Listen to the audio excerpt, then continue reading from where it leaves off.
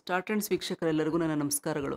ಇವತ್ತು ನಾನು ಮಾಡ್ತಾ ಇರೋ ವಿಡಿಯೋ ಬಂದು ಯುಗಾದಿ ವಿಶೇಷ ಯಾವ ಥರ ಇರುತ್ತೆ. ಯುಗಾದಿ ಹಬ್ಬ ಅಂತ ಬಂದಾಗ ಒಂದು ಸಂವತ್ಸರನೇ ಚೇಂಜ್ ಆಗುತ್ತೆ. ಇವಾಗ ನಮ್ಗೆ ಯಾವ್ದು ಬರ್ತದೆ, ಇಷ್ಟು ದಿನ ನಾವು ನೋಡಿದ್ದು ಕ್ರೋಧಿನಾಮ ಸಂವತ್ಸರ ನೋಡಿದ್ವಿ. ಬರೀ ಕ್ರೋಧಿಗಳನ್ನೇ ನೋಡ್ತಾ ಇದ್ವಿ, ಕ್ರೋಧಗಳನ್ನೇ ನೋಡ್ತಾ ಇದ್ವಿ. ಅಂದರೆ ಕೋಪದಲ್ಲಿ ಏನೇನೆಲ್ಲ ಆಯಿತು ಪ್ರಪಂಚದಲ್ಲಿ ಒಂದು ವರ್ಷದಲ್ಲಿ ಅಂತ ನೋಡಿದ್ವಿ.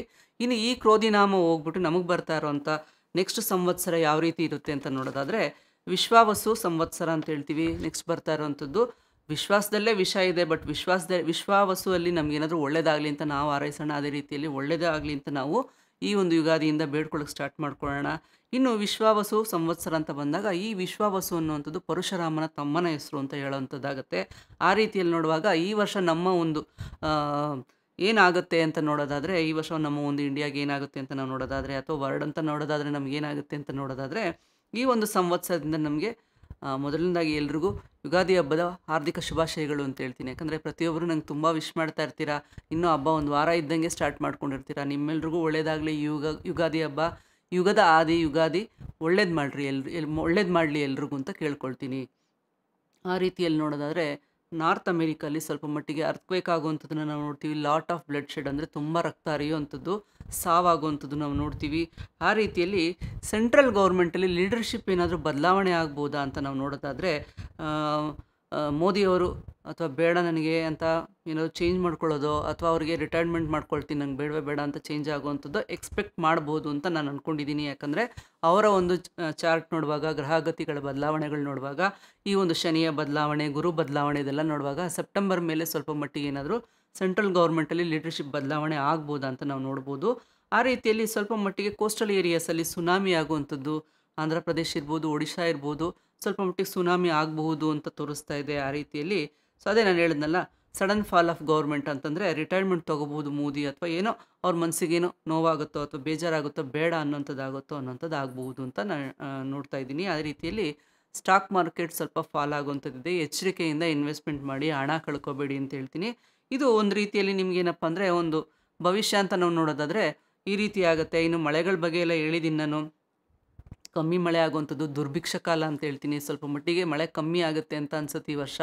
ಹೀಟ್ ವೇವ್ ಜಾಸ್ತಿ ಇದೆ, 40 ಡಿಗ್ರಿವರೆಗೂ ಹೋಗುವಂಥ ಚಾನ್ಸಸ್ ಇದೆ ಅಂತ ಬಂದಾಗ ಸ್ವಲ್ಪ ಮಟ್ಟಿಗೆ ನಾವು ಅಂದ್ಕೊಂಡಿರೋ ಅಷ್ಟು ಮಳೆ ಈ ವರ್ಷ ನಾವು ನೋಡೋಕ್ಕಾಗಲ್ಲ ಅನ್ನೋವಂಥದ್ದು ದುರ್ಭಿಕ್ಷ ಕಾಲ ಅಂತ ಹೇಳ್ಬೋದು. ಸ್ವಲ್ಪ ಮಟ್ಟಿಗೆ ಏನಂದರೆ ಜಾನುವಾರುಗಳು ಅಂದರೆ ಹಸು ಕರುಗಳು ಏನಂದರೆ ಸ್ವಲ್ಪ ಸಾವು ಜಾಸ್ತಿ ನೋಡೋವಂಥದ್ದು ಈ ರೀತಿ ಸ್ವಲ್ಪ ಆಗುತ್ತೆ. ಹೀಟ್ ವೇವ್ ಅಂತ ಬಂದಾಗ ಮನುಷ್ಯರೇ ಬದುಕಲ್ಲ, ಇನ್ನು ಜಾನುವಾರುಗಳೆಲ್ಲ ಹೆಂಗೆ ಬದುಕುತ್ತೆ.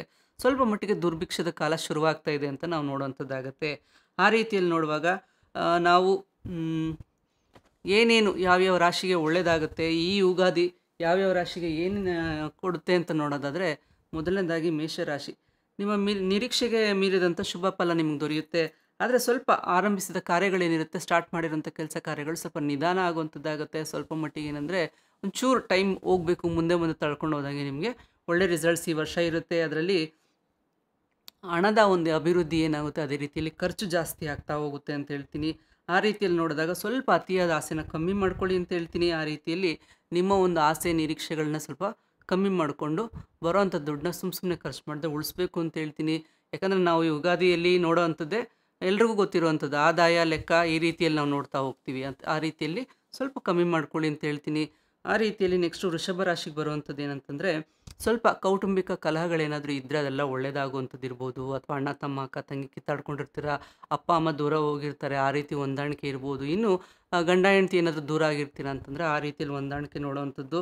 ಸ್ವಲ್ಪ ಧಾರ್ಮಿಕ ಕಾರ್ಯಗಳಲ್ಲಿ ತೊಡಗಿಸ್ಕೊಳ್ಳಿ ನಿಮ್ಮನ್ನು. ಮನೆ ದೇವ್ರ ದರ್ಶನ ಮಾಡುವಂಥದ್ದು ಇರ್ಬೋದು, ಅಥವಾ ಸ್ವಲ್ಪ ದೂರದ ದೇವಸ್ಥಾನಗಳಿಗೆ ಹೋಗಿ ಬರುವಂಥದ್ದು, ಧಾರ್ಮಿಕ ಕ್ಷೇತ್ರಗಳಿಗೆ ಹೋಗಿ ಬರುವಂಥದ್ದು, ಈ ರೀತಿ ಏನಾದರೂ ಮಾಡಿದಾಗ ಖಂಡಿತವಾಗ್ಲೂ ನಿಮಗೆ ಒಳ್ಳೆ ರಿಸಲ್ಟ್ಸ್ ಈ ಒಂದು ಯುಗಾದಿಯಿಂದ ನಿಮ್ಗೆ ಸಿಗುತ್ತೆ ಅಂತ ಹೇಳ್ತೀನಿ. ಅದೇ ರೀತಿಯಲ್ಲಿ ನೆಕ್ಸ್ಟ್ ಬರುವಂಥದ್ದು ಮಿಥುನ ರಾಶಿ. ಮಿಥುನ ರಾಶಿಯವ್ರಿಗೆ ಏನಂದರೆ ಸ್ವಲ್ಪ ಮೆಡಿಕಲ್ ಎಕ್ಸ್ಪೆನ್ಸಸ್ ಜಾಸ್ತಿ ಆಗುವಂಥದ್ದು, ಕುಟುಂಬದಲ್ಲಿ ಸ್ವಲ್ಪ ಅನಾರೋಗ್ಯಗಳು ಜಾಸ್ತಿ ಕಾಣಿಸ್ಕೊಳ್ಳುವಂಥದ್ದು. ಆ ರೀತಿಯಲ್ಲಿ ಸ್ವಲ್ಪ ಮೆಡಿಕಲ್ಗೆ ಜಾಸ್ತಿ ನೀವು ಹಣನ ಖರ್ಚು ಮಾಡಬೇಕಾಗುತ್ತೆ ಅಂತ ಹೇಳ್ತೀನಿ. ಆ ರೀತಿಯಲ್ಲಿ ನಿಮಗೇನೆಂದರೆ ಸ್ವಲ್ಪ ಮಟ್ಟಿಗೆ ದುಡ್ಡು ಬರುತ್ತೆ, ಬಟ್ ಏನಂದರೆ ಕೈಯಲ್ಲಿ ನಿಲ್ಲಲ್ಲ. ಈ ರೀತಿಯಲ್ಲಿ ಎಕ್ಸ್ಪೆನ್ಸಸ್ ಜಾಸ್ತಿ ಆಗುವಂಥದ್ದನ್ನು ನೀವು ನೋಡ್ತೀರಾ ಅಂತ ಹೇಳ್ತೀನಿ. ನೆಕ್ಸ್ಟ್ ಬರುವಂಥದ್ದು ಕರ್ಕಾಟಕ ರಾಶಿ. ಒಂದು ಒಳ್ಳೆ ಗೌರವ ನೀವು ಪಡಿತೀರಾ. ನಿಮಗೆ ಗೊತ್ತಿಲ್ಲದೆ ಇರೋ ಥರ ಒಂದು ನೇಮು ಫೇಮು ಬರೋವಂಥದ್ದಾಗುತ್ತೆ. ಆ ರೀತಿಯಲ್ಲಿ ಒಂದು ಗೌರವನೂ ಸಿಗುತ್ತೆ. ಇನ್ನೇನೆಂದರೆ ನೀವು ಒಂದು ಒಳ್ಳೇದು ಅಂತ ಯಾರಿಗಾದರೂ ಮಾಡ್ತೀರಂದ್ರೆ ಶುದ್ಧ ಮನಸ್ಸಿಂದ ಮಾಡಿ ಅಂತ ಹೇಳ್ತೀನಿ. ಒಳ್ಳೆ ಮನಸ್ಸಿಂದ ಮಾಡಿ, ನಿರೀಕ್ಷೆ ಮಾಡಿ, ನಮಗೇನೋ ಅವರಿಂದ ಲಾಭ ಸಿಗುತ್ತೆ ನಾವು ಹೋದರೆ, ನಾವು ಮಾಡಿದ್ರೆ ಅನ್ನೋ ಥರ ಇರೋ ರೀತಿಯಲ್ಲಿ ಯಾವುದು ಹೋಗಬೇಡಿ ಅಂತ ಹೇಳ್ತೀನಿ. ಒಳ್ಳೆ ಮನಸ್ಸಿಂದ ನೀವೇನಾದರೂ ಮಾಡಿದಾಗ ಒಳ್ಳೆ ರಿಸಲ್ಟ್ಸ್ ನಿಮಗೆ ಸಿಗುತ್ತೆ. ಒಂದು ವಿಶೇಷ ಗೌರವ ಅಂತ ನಾನು ಹೇಳಿದೆ, ಅದು ಖಂಡಿತವಾಗ್ಲೂ ನಿಮಗೆ ಸಮಾಜದಲ್ಲಿ ಸಿಗುತ್ತೆ. ಒಂದು ಒಳ್ಳೆ ರಿಸಲ್ಟ್ಸ್ ನೀವು ನೋಡ್ತೀರಾ ಅಂತ ಹೇಳ್ತೀನಿ. ಆದಷ್ಟು ಏನಂದರೆ ಸ್ವಲ್ಪ ಕುಟುಂಬದ ಸದಸ್ಯರು ಅಂದರೆ ಫ್ಯಾಮಿಲಿಯನ್ನು ಇರ್ತಿ ಕುಟುಂಬದ ಸದಸ್ಯರ ಜೊತೆಗೆ ಒಂದು ದೂರ ಪ್ರಯಾಣ ಮಾಡುವಂಥದ್ದು, ಟ್ರಿಪ್ ಹೋಗುವಂಥದ್ದು, ಧಾರ್ಮಿಕ ಕ್ಷೇತ್ರಗಳಿಗೆ ಹೋಗುವಂಥದ್ದು, ಈ ರೀತಿ ಏನಾದರೂ ಒಂದನ್ನು ಮಾಡಿ ಒಳ್ಳೆ ರಿಸಲ್ಟ್ಸ್ ನಿಮಗೆ ಸಿಗುತ್ತೆ ಅಂತ ಹೇಳ್ತೀನಿ. ನೆಕ್ಸ್ಟ್ ಬರುವಂಥದ್ದು ಸಿಂಹರಾಶಿ. ಸುಮ್ಮನೆ ಮಾನಸಿಕ ಒತ್ತಡ, ಪ್ರಯೋಜನಕ್ಕೆ ಬರದೇ ಇರೋದನ್ನೆಲ್ಲ ಯೋಚನೆ ಮಾಡಿಕೊಂಡು ತಲೆಗೆ ತುಂಬಿಕೊಂಡು ಸ್ಟ್ರೆಸ್ ಮಾಡಿಕೊಂಡು ಸುಮ್ಮನೆ ಏನಂದರೆ ಆರೋಗ್ಯನ ಹಾಳು ಮಾಡ್ಕೊಡ್ತೀರಾ. ಆ ರೀತಿಯಲ್ಲಿ ಆ ಒಂದು ಸ್ಟ್ರೆಸ್ಸಲ್ಲಿ ನಿಮಗೆ ಗೊತ್ತಿಲ್ಲದೆ ಇರೋ ರೀತಿಯಲ್ಲಿ ಅನಗತ್ಯ ಮಾತುಗಳು, ಬೇಡದೇ ಇರೋಂಥ ಮಾತುಗಳನ್ನೆಲ್ಲ ಆಡಿ ಮನೇಲಿ ಎಲ್ಲರ ಹತ್ರನೂ ಜಗಳಗಳು ಮಾಡ್ಕೊಳ್ಳೋವಂಥದ್ದು, ಎಲ್ರಿಗೂ ಕೋಪ ಬರ್ಸೋವಂಥದ್ದು, ನೀವು ಕೋಪ ಮಾಡ್ಕೊಳ್ಳೋವಂಥದ್ದು, ಈ ರೀತಿ ಮಾಡಿದಾಗ ಏನಾಗುತ್ತೆ, ಹಣ ಅಂದರೆ ಆರೋಗ್ಯ ಹಾಳಾಗುತ್ತೆ, ಹಣ ಖರ್ಚಾಗುತ್ತೆ. ಆ ರೀತಿಯಲ್ಲಿ ಟೈಮು ವೇಸ್ಟಾಗಿ ಹೋಗ್ಬಿಡುತ್ತೆ. ಸ್ವಲ್ಪ ಮಟ್ಟಿಗೆ ಯೋಗ ಮೆಡಿಟೇಷನ್ ಮಾಡುವಂಥದ್ದನ್ನ ಮಾಡಿ ಆ ರೀತಿಯಲ್ಲಿ ಕೋಪ ಬಂದಾಗ ಸ್ವಲ್ಪ ಕಂಟ್ರೋಲ್ ಮಾಡ್ಕೊಳ್ಳೋದಕ್ಕೆ ಸ್ಟಾರ್ಟ್ ಮಾಡಿ. ಆ ರೀತಿಯಲ್ಲಿ ಒಂದು ಸ್ವಲ್ಪ ದೇವರ ಒಂದು ದರ್ಶನಗಳನ್ನ ಮಾಡೋವಂಥದ್ದು ಇರ್ಬೋದು, ಅಥವಾ ಮನೆ ಹತ್ರ ಯಾವ್ದಾದ್ರು ದೇವಸ್ಥಾನ ಇದ್ದರೆ ಪ್ರತಿದಿನ ಹೋಗಿ ಬರೋವಂಥದ್ದು ಇರ್ಬೋದು. ಈ ರೀತಿ ಏನಾದರೂ ರೂಢಿ ಮಾಡ್ಕೊಳ್ಳಿ ಅಂತ ಹೇಳ್ತೀನಿ. ಒಳ್ಳೆ ರಿಸಲ್ಟ್ಸ್ ನೀವು ನೋಡ್ತೀರಾ. ನೆಕ್ಸ್ಟ್ ಬರುವಂಥದ್ದು ಕನ್ಯಾ ರಾಶಿ. ಕನ್ಯಾ ರಾಶಿಯವರಿಗೆ ಯಾವುದಾದ್ರು ಕೆಲಸ ಸ್ಟಾರ್ಟ್ ಮಾಡ್ತೀರಾ ಅಂದರೆ ಅದು ಸರಿ ಯೋಚನೆ ಮಾಡಿ ಸುಮ್ಮನೆ ಮಾಡೋಕ್ಕೆ ಹೋಗ್ಬೇಡಿ. ಟೈಮ್ ಅಷ್ಟು ಚೆನ್ನಾಗಿಲ್ಲದೆ ಇರೋದ್ರಿಂದ ಸ್ವಲ್ಪ ಅವಾಯ್ಡ್ ಮಾಡಬೇಕು ಅಂತ ಹೇಳ್ತೀನಿ. ಯಾಕಂದರೆ ನೆಕ್ಸ್ಟ್ ಗುರು ಬರುವಂಥದ್ದು ನಿಮ್ಮ ಕರ್ಮಕ್ಕೆ. ಸೊ ಆ ಕರ್ಮಕ್ಕೆ ಅಂತ ಬಂದಾಗ ನೀವು ಆದಷ್ಟು ಯೋಚನೆ ಮಾಡಿ ಕೈ ಹಾಕಬೇಕು. ಹಂಗಂದ್ರೆ ಹಂಗೆ ಕೈ ಹಾಕಿದ್ರೆ ಸಿಕ್ಕಾಕೊಳ್ತೀರಾ. ಆ ರೀತಿಯಲ್ಲಿ ದೊಡ್ಡ ದೊಡ್ಡ ಜವಾಬ್ದಾರಿಗಳನ್ನ ನೀವು ಸುಮ್ಮನೆ ವಹಿಸ್ಕೊಳ್ಳೋವಂಥದ್ದು ಇರ್ಬೋದು, ಅಥವಾ ಏನೋ ನನಗೆ ಹೆಸರು ಬರಲಿ, ನಾನು ಈ ಥರ ಮಾಡಿದ್ರೆ ಏನೋ ನನಗೆ ಒಳ್ಳೇದಾಗ್ಬಿಡುತ್ತೆ ಅಂತ ತಿಳ್ಕೊಂಡು ಎಲ್ಲರ ಮುಂದೆ ನಾನು ಮಾಡ್ತೀನಿ ಅಂತ ಮುಂದೆ ಹೋಗ್ಬಿಡೋವಂಥದ್ದು, ಈ ರೀತಿ ಖಂಡಿತವಾಗ್ಲೂ ಮಾಡಬೇಡಿ. ಹೆಚ್ಚಿನ ಜವಾಬ್ದಾರಿ ಯಾವುದು ಬೇಡ ಅಂತ ಹೇಳ್ತೀನಿ. ಆದಷ್ಟು ಸೈಲೆಂಟಾಗಿರೋದನ್ನು ಕಲೀರಿ. ನಿಮ್ಮ ಕೆಲಸ ಏನಿರುತ್ತೆ ಅಷ್ಟು ಮಾತ್ರ ನೀವು ಮಾಡ್ಕೊಂಡು ಹೋಗುವಂಥದ್ದನ್ನು ಮಾಡಿದ್ರೆ ಒಳ್ಳೆ ರಿಸಲ್ಟ್ಸ್ ಬರುತ್ತೆ.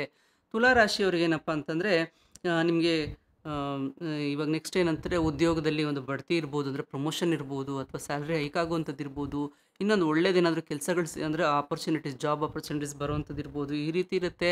ಒಂದು ಸುಖ ಸಂತೃಪ್ತಿ ಅಂತ ನಾವು ಹೇಳ್ತೀವಿ, ಆ ಜೀವನ ನಿಮ್ಮದು ಈ ವರ್ಷ ಆಗುತ್ತೆ ಅಂತ ಹೇಳ್ತೀನಿ. ಆ ರೀತಿಯಲ್ಲಿ ಈ ಥರ ಟೈಮಲ್ಲಿ ನೀವೇನು ಮಾಡಬೇಕು ಅಂತಂದರೆ, ಒಂದಷ್ಟು ನಮಗೆ ಏನಾದರೂ ಕೈಯಲ್ಲಾಗುತ್ತೆ ಅಂತಂದರೆ 4 ಜನ ಬಡವರಿಗೆ ಏನಾದರೂ ಸಹಾಯ ಮಾಡುವಂಥದ್ದು, ಈ ರೀತಿ ಏನಾದರೂ ಮಾಡಿದಾಗ ಒಳ್ಳೆ ರಿಸಲ್ಟ್ಸ್ ಬರುತ್ತೆ.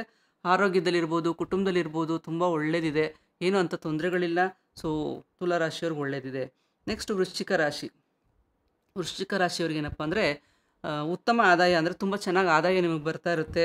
ಆದರೆ ಏನಂತಂದರೆ ಸರಿಯಾಗಿ ತೀರ್ಮಾನ ನೀವು ಮಾಡಲ್ಲ. ದುಡ್ಡು ಚೆನ್ನಾಗಿ ಬಂದಾಗ ಅಥವಾ ಆದಾಯ ನಮ್ಮದು ಚೆನ್ನಾಗಿದ್ದಾಗ ಒಂದು ಒಳ್ಳೆ ರೀತಿಯಲ್ಲಿ ಡಿಸಿಷನ್ಸ್ ತೊಗೋಬೇಕು.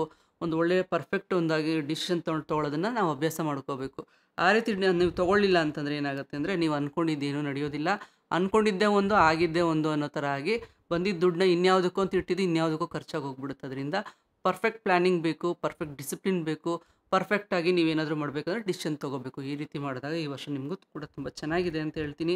ಇನ್ನು ನೆಕ್ಸ್ಟ್ ಬರುವಂಥದ್ದು ಧನುರಾಶಿ. ಧನುರಾಶಿಯವರಿಗೆ ಸ್ವಲ್ಪ ಮನೇಲಿ ಯಾರಾದರೂ ವಯಸ್ಸಾಗಿರೋರು ಇದ್ದರೆ ಅಂಥವ್ರಿಗೆ ಸ್ವಲ್ಪ ಆರೋಗ್ಯದಲ್ಲಿ ತೊಂದರೆಗಳು ಬರೋವಂಥದ್ದು ಇರ್ಬೋದು, ಅಥವಾ ನಿಮಗೂ ಒಂದು ಸ್ವಲ್ಪ ಆರೋಗ್ಯದಲ್ಲಿ ತೊಂದರೆ ಬರೋವಂಥದ್ದು ಇರ್ಬೋದು. ಆ ರೀತಿ ಸ್ವಲ್ಪ ಪ್ರಾಬ್ಲಮ್ ಆಗುತ್ತೆ. ಆದರೆ ವಿದೇಶಕ್ಕೆ ಹೋಗುವಂಥ ಯೋಗ ನಿಮಗಿದೆ. ಕೆಲಸದ ಮೇಲಾಗಿರ್ಬೋದು, ಅಥವಾ ಎಜುಕೇಷನ್ ಮೇಲಾಗಿರ್ಬೋದು, ಅಥವಾ ಟ್ರಿಪ್ ಆಗಿರ್ಬೋದು. ನಿಮಗೆ ಗೊತ್ತಿಲ್ಲದೆ ಇರೋ ಥರ ನಿಮ್ಮ ಒಂದು ಅಂದ್ಕೊಂಡಿರೋಂಥ ಡ್ರೀಮ್ ಡೆಸ್ಟಿನೇಷನ್ಸ್ ಇರುತ್ತೆ, ಅಲ್ಲಿ ಎಲ್ಲಾದರೂ ಹೋಗಿ ಬರೋವಂಥದ್ದು. ಆ ರೀತಿಯಲ್ಲಿ ಏನಾದರೂ ಒಂದು ಆಪರ್ಚುನಿಟಿ ಸಿಗುತ್ತೆ. ಬಟ್ ಹೆಲ್ತ್ ಬಗ್ಗೆ ತುಂಬ ಕೇರ್ ಮಾಡಿ. ಆ ರೀತಿಯಲ್ಲಿ ಹೆಲ್ತ್ ಸ್ವಲ್ಪ ಉಳಿಸ್ಕೊಂಡ್ರೆ ಹೆಲ್ತ್ ಈಸ್ ವೆಲ್ತ್ ಅಂತ ನಾವೇನು ಹೇಳ್ತೀವಿ, ದುಡ್ಡು ಉಳಿಯುತ್ತೆ. ಈ ಥರ ಟ್ರಿಪ್ಸ್ಗಳಿಗೂ ಹೋಗೋವಂಥ ಅವಕಾಶ ನಿಮ್ಗೆ ಖಂಡಿತವಾಗ್ಲೂ ಸಿಗುತ್ತೆ. ಮನೇಲಿ ನಾನು ಹೇಳಿದೆ, ಈಗ ವಯಸ್ಸಾದವ್ರಿಗೆ ಸ್ವಲ್ಪ ಹೆಲ್ತ್ ಪ್ರಾಬ್ಲಮ್ಸ್ ಬರುತ್ತೆ ಅಂತ, ಸ್ವಲ್ಪ ಮಟ್ಟಿಗೆ ಚಿಕ್ಕದಾಗಿದ್ದಾಗಲೇ ತೋರಿಸ್ಕೊಳ್ಳುವಂಥದ್ದನ್ನು, ಅವ್ರ ಬಗ್ಗೆ ಸ್ವಲ್ಪ ಗಮನ ಕೊಡುವಂಥದ್ದನ್ನು ಖಂಡಿತವಾಗ್ಲೂ ಮಾಡಿ ಅಂತ ಹೇಳ್ತೀನಿ. ನೆಕ್ಸ್ಟ್ ಬರುವಂಥದ್ದು ಏನಂದರೆ ಮಕರ ರಾಶಿ.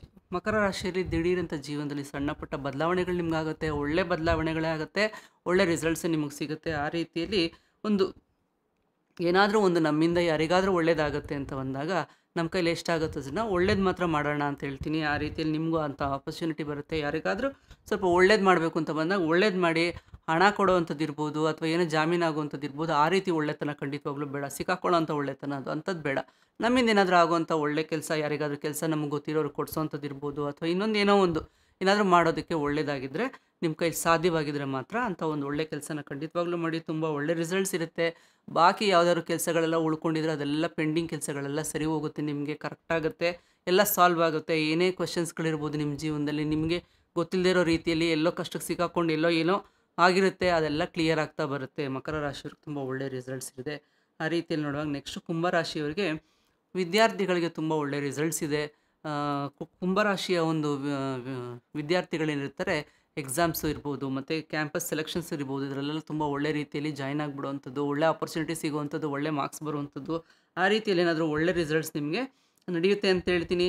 ಈ ವಿದ್ಯಾರ್ಥಿಗಳಿಗೆ ನಾನೇನು ಹೇಳ್ತೀನಿ ನಿಮ್ಮ ಮಕ್ಕಳಿಗೆ, ಜೊತೆಗೆ ನಿಮಗೂ ಏನಂತಂದರೆ ನಿಮ್ಮ ಮನೆ ದೇವರ ದರ್ಶನ ಮಾಡುವಂಥದ್ದು ಇರ್ಬೋದು, ಜೊತೆಗೆ ಒಂದೇನಾದರೂ ತೀರ್ಥಯಾತ್ರೆಗಳು ಮಾಡುವಂಥದ್ದು ಯಾವುದಾದ್ರೂ ಒಳ್ಳೆ ದೇವಸ್ಥಾನಗಳಿಗೆ ಸ್ವಲ್ಪ ದೂರ ಇರುವಂಥ ತುಂಬ ಧಾರ್ಮಿಕ ಕ್ಷೇತ್ರಗಳು ಅಂತ ನಾವು ಹೇಳ್ತೀವಿ, ತುಂಬ ಹಳೇ ಕಾಲದ ಧಾರ್ಮಿಕ ಕ್ಷೇತ್ರಗಳು ಅಲ್ಲೆಲ್ಲಾದರೂ ಹೋಗಿ ಬರೋವಂಥದ್ದು, ಎಲ್ಲ ಅಂದರೆ ಫ್ಯಾಮಿಲಿ ಸಮೇತ ಹೋಗಿ ಬರೋವಂಥದ್ದು, ಎಲ್ಲರೂ ಹೋಗುವಂಥದ್ದನ್ನ ಮಾಡಿ ಖಂಡಿತವಾಗ್ಲೂ ಒಳ್ಳೆ ರಿಸಲ್ಟ್ಸ್ ನೀವು ನೋಡ್ತೀರಾ.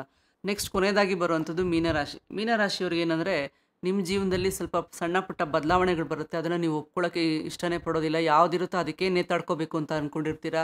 ಹೊಸದಾಗಿ ಬರುವಂಥದ್ದು ಯಾವುದನ್ನು ಎಕ್ಸೆಪ್ಟ್ ಮಾಡ್ಕೊಳ್ಳಲ್ಲ. ಖಂಡಿತವಾಗ್ಲೂ ಎಕ್ಸೆಪ್ಟ್ ಮಾಡ್ಕೊಳ್ಳಿ ಅಂತ ಹೇಳ್ತೀನಿ. ಇನ್ನು ಹಣಕಾಸಿನ ವಿಷಯದಲ್ಲಿ ನಿಮ್ಮ ಮನೆಯಲ್ಲಿ ಅಂದರೆ ಪಾರ್ಟ್ನರ್ ಅಂತ ನಾವು ಹೇಳ್ತೀವಿ, ಹೆಂಡತಿ ಅಂತ ನಾವು ಹೇಳ್ತೀವಿ, ಅಥವಾ ಗಂಡ ಅಂತ ಏನು ಹೇಳ್ತೀವಿ, ಅದೇ ರೀತಿಯಲ್ಲಿ ಹೊರಗಡೆ ನೀವೇನಾದರೂ ಬಿಸ್ನೆಸ್ಸಲ್ಲಿ ಪಾರ್ಟ್ನರ್ಸ್ ಇರ್ತಾರೆ ಅಂತಂದರೆ ಸ್ವಲ್ಪ ಮಟ್ಟಿಗೆ ಅಡ್ಜಸ್ಟ್ ಮಾಡ್ಕೋಬೇಕು. ಭಿನ್ನಾಭಿಪ್ರಾಯಗಳು ಬರುವಂಥದ್ದು, ಸ್ವಲ್ಪ ಮಟ್ಟಿಗೆ ಜಗಳಗಳಾಗುವಂಥದ್ದು, ಈ ರೀತಿ ಪ್ರಾಬ್ಲಮ್ ಆಗುವಂಥದ್ದಾಗತ್ತೆ ನಿಮಗೆ. ಅಂದರೆ ಈ ಒಂದು ಏನು ಇವಾಗ ನಾನು ಹೇಳಿದೆ ಕಲಹಗಳು ಅಂತ ಹೇಳಿದೆ, ಅದೆಲ್ಲ ತುಂಬ ದೀರ್ಘವಾಗಿ ನಡ್ಕೊಂಡು ಹೋಗಲ್ಲ. ಬಟ್ ಇರೋವಂಥದ್ದು ಏನು ಬಂದಿರುತ್ತೆ ಅದು ಆವಾಗಲೂ ಕೂಡ ಆಗೋದು ಬೇಡ ಅನ್ನೋವಂಥದ್ದನ್ನು ತಡೆಯೋವಂಥದ್ದನ್ನು ಮಾಡಿ. ಕೋಪದಲ್ಲಿ ತಪ್ಪು ನಿರ್ಧಾರ ತೊಗೊಳ್ಳೋವಂಥದ್ದು ಇರ್ಬೋದು. ಕುಟುಂಬದಲ್ಲಿ ಜಗಳ ಯಾವಾಗಲೂ ಇದ್ದೇ ಇರುತ್ತೆ. ಆ ಜಗಳದಲ್ಲಿ ಹೋಗಿ ನೀವೇನೋ ಮಾಡೋಕ್ಕೋಗಿ ಇನ್ನೇನೋ ಮಾಡಿ ಸಿಕ್ಕಾಕೊಳ್ಳೋವಂಥದ್ದು ಬೇಡ. ಆ ಒಂದು ಜಗಳನ ಕಮ್ಮಿ ಮಾಡಬೇಕು ಅಂತಂದರೆ ನಾನು ಹೇಳಿದ್ದೀನಿ. ಇವಾಗ ಪಾರ್ಟ್ನರ್ಸ್ ಅಂತ ಬಂದಾಗ ಬಿಸ್ನೆಸ್ಸಲ್ಲಿರ್ಬೋದು, ಮನೇಲಿ ಪಾರ್ಟ್ನರ್ಸ್ ಇರ್ಬೋದು, ಅಂದರೆ ಗಂಡ ಹೆಂಡ್ತಿಗಳು ಏನಿರ್ತಾರೆ ಅವರ ಒಂದು ರಿಲೇಷನ್ಶಿಪ್ನ ಚೆನ್ನಾಗಿ ಮೇಂಟೈನ್ ಮಾಡಿ. ಇನ್ನು ಪಾರ್ಟ್ನರ್ಸ್ ಅಂತ ಬಂದಾಗ ಬಿಸ್ನೆಸ್ಸಲ್ಲೂ ಕೂಡ ಏನಂದರೆ ಲಾಭ ನಷ್ಟದ ಬಗ್ಗೆ ಸ್ವಲ್ಪ ನೋಡಿಕೊಂಡು ನೀಟಾಗಿ ಮಾತಾಡ್ಕೊಳ್ಳಿ.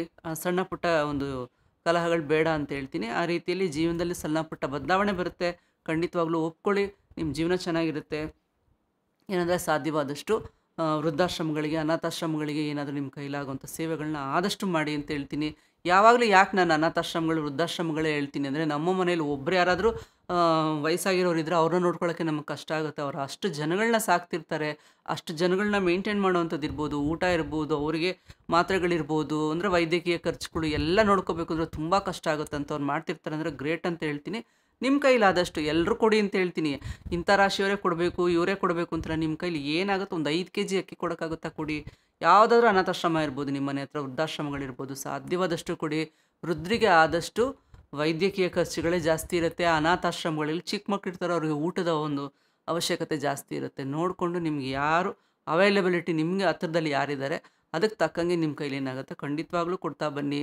ನಿಮ್ಮ ದಾನ, ನಿಮ್ಮ ಕರ್ಮ ಏನಿರುತ್ತೆ ಖಂಡಿತವಾಗ್ಲೂ ನಿಮ್ಮನ್ನು ಕಾಪಾಡುತ್ತೆ. ಅದರಿಂದ ಒಳ್ಳೆ ಕೆಲಸಗಳನ್ನ ಮಾಡಿ, ಒಳ್ಳೆ ರೀತಿಯಲ್ಲಿ ಒಳ್ಳೆ ಮನಸ್ಸಿಂದ ದಾನ ಮಾಡಿ, ಒಳ್ಳೆ ರಿಸಲ್ಟ್ಸ್ ನಿಮ್ಗೆ ಸಿಗುತ್ತೆ. ಸೊ ಈ ಯುಗಾದಿ ಹಬ್ಬ ಎಲ್ಲರೂ ಬಾಳಲ್ಲೂ ಆದಷ್ಟು ಬೆಲ್ಲ ಜಾಸ್ತಿ ಇರಲಿ, ಬೇವು ಕಮ್ಮಿ ಇರಲಿ ಅಂತ ಹೇಳ್ತೀನಿ. ಈ ಯುಗಾದಿ ಹಬ್ಬ ಎಲ್ರಿಗೂ ಒಳ್ಳೇದು ಮಾಡಲಿ, ಎಲ್ಲ ರಾಶಿಯವ್ರಿಗೂ ಒಳ್ಳೇದು ಮಾಡಲಿ ಅಂತ ಹೇಳ್ತೀನಿ. ಆ ರೀತಿಯಲ್ಲಿ ಮತ್ತಷ್ಟು ನೆಕ್ಸ್ಟ್ ವಿಡಿಯೋದೊಂದಿಗೆ ನಿಮ್ಮೆಲ್ಲರೂ ಭೇಟಿ ಮಾಡ್ತೀನಿ. ಅಲ್ಲಿವರೆಗೂ ಎಲ್ರಿಗೂ ಒಳ್ಳೆಯದಾಗಲಿ. ನಮಸ್ತೆ.